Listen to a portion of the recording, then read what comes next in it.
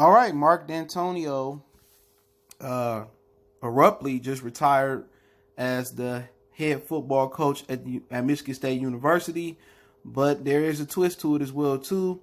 There is some potential NCAA violations that go with this that may have signaled or may have represented why he's retiring after 13 seasons. Let's talk a little bit about it. We back, Mercy Sports Talk. We in the building.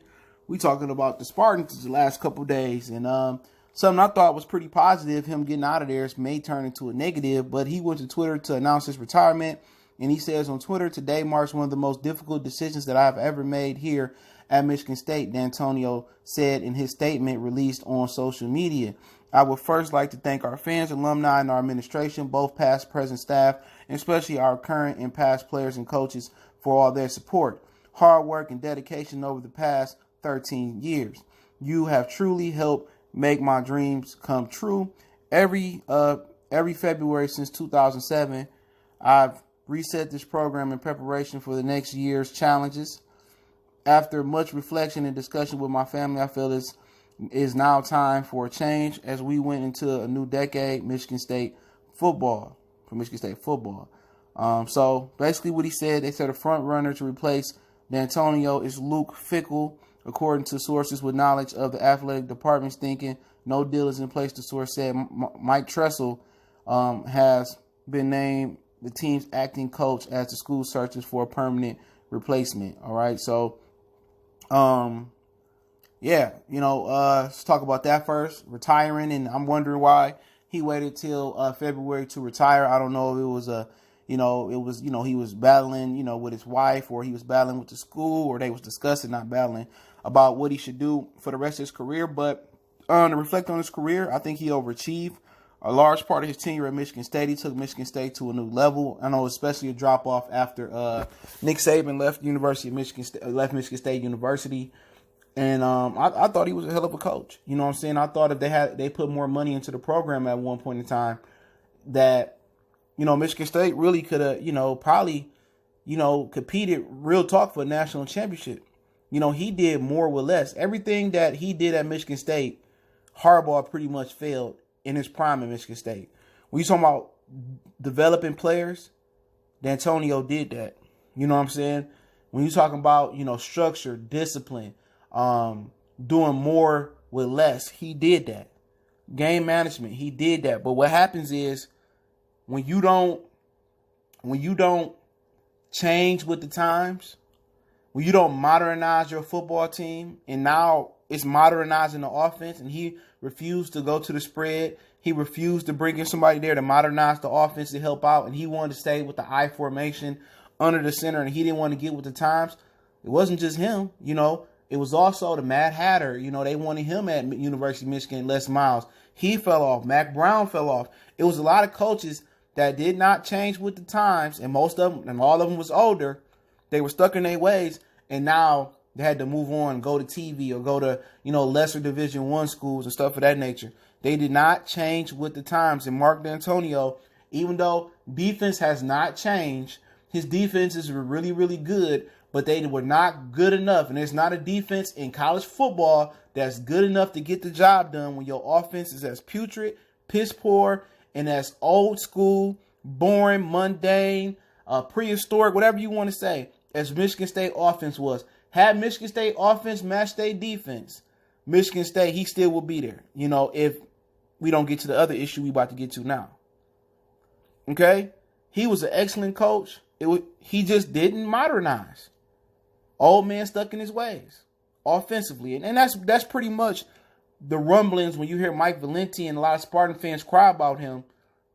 Offense was the issue, not defense. He can coach defense. He just didn't want to, modernize the offense. He wanted his homeboys to come in, and he didn't want to get nobody outside of his loop and outside his comfort zone. And therefore, he in this situation. But also, I link an article from M Live in there as well in the Free Press with the retirement. But from M Live, it said lawsuit alleges Mark Dantonio, Michigan State, may have committed NCAA recruiting violations. Okay, so maybe this is why he's retiring. They waited so late. Michigan State coach Mark Dantonio is being accused of possibly committing some NCAA violations, according to new court documents. A motion filed late Monday night in a lawsuit brought by former program staffer Curtis Blackwell, alleges Dantonio had Blackwell accompany him on in-home recruiting visit in violation of NCAA rules. It also states that Dantonio's deposition may have revealed the NCAA violation related to a booster providing the parent of a star recruit jobs employment upon signing to play for Michigan State, and that may have committed perjury. Okay. His attorney, Tom Keenebaum, attorney for Dantonio, said last week any allegations of Dantonio committing NCAA violations were false. He declined to comment on Tuesday morning about the allegations. All right. Blackwell, Michigan State's former recruiting director, is suing Dantonio, former athletic director Mark Hollis, former president Lou Anna Simon, and 2 university police detectives for wrongful termination and unlawful arrest. Dantonio was deposed on January 10th for 5 hours and 55 minutes, and the lawyers both sides are arguing about whether he should continue answering questions under oath on additional 65 minutes to fill the 7-hour time allotment. All right. According to the portion of the deposition released in court filings, Dantonio said Blackwell will accompany him on visits to high schools, but will stay in the car while he went in. Dantonio said Blackwell didn't go with him to visit recruits at their home because it would be a NCAA violation. NCAA only allows the head coach and the 10 on-field assistant coaches and the 9 assistants when Blackwell was at Michigan State to recruit off campus. So it's a lot in this document right here, man. And and it goes on to say, according to the deposition, Dantonio denied he ever directed Blackwell to talk to university donor Bob Scanaduralis about getting jobs for unnamed individuals who described in the court document as parents of recruits. All of these have been vetted through the compliance authorized. Everything went through NCAA rules. So he's denying it, but I didn't even know this deposition existed. But, he did this January 10th, and now he's retiring.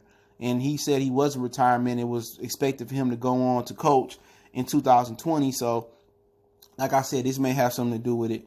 Usually when the NCAA may come down on you, the university tries to handle it first so they won't get a heavy blow. So, man, I think this is a reason why he is retiring, because he was committed to staying, right at the end of Michigan State season, football season. All of a sudden, he want to change up. Come on, this may have some validity to it.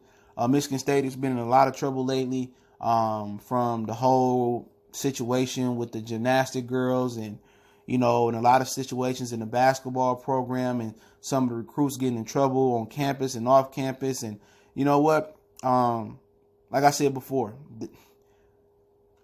it's hard to follow all them billion-dollar rules, or them billion rules in the NCAA book, and be perfect. You're responsible for every assistant coach. You're responsible for every player, what they do. Being a college coach, it seems to have more security, but it has more responsibility because you're responsible for everybody in your program. And if you don't report that you knew something wrong was going on, you could lose your job. You're responsible for these players fighting off the field, fighting at the club, what they do on campus, if a girl says she was touched. So it's a lot of pressure, man. And I ain't saying he guilty, but it's messed up when somebody you employed, and they get fired, and then they come back and they try to take your head off. So old boy said he was Blackwell said he was wrongfully fired. But the timing matches up for me, where they pushing him out the door. They pushing him out the door.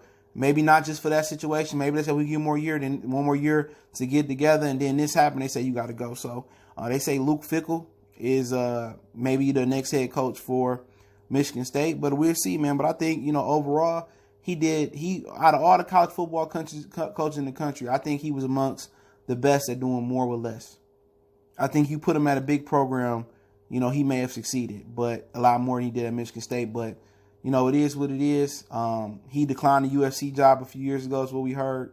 So we'll see how that goes. But don't forget, we on Facebook, Instagram, Twitter. You can reach out to the email if you have a business question, inquiry, response to your video request. Keep sharing the videos. Check our college sports playlist out. We're going to kind of start getting into some college basketball as well. Michigan State. We on all social media. Want to make a donation, link description. Best way to help out is share the video. We gone.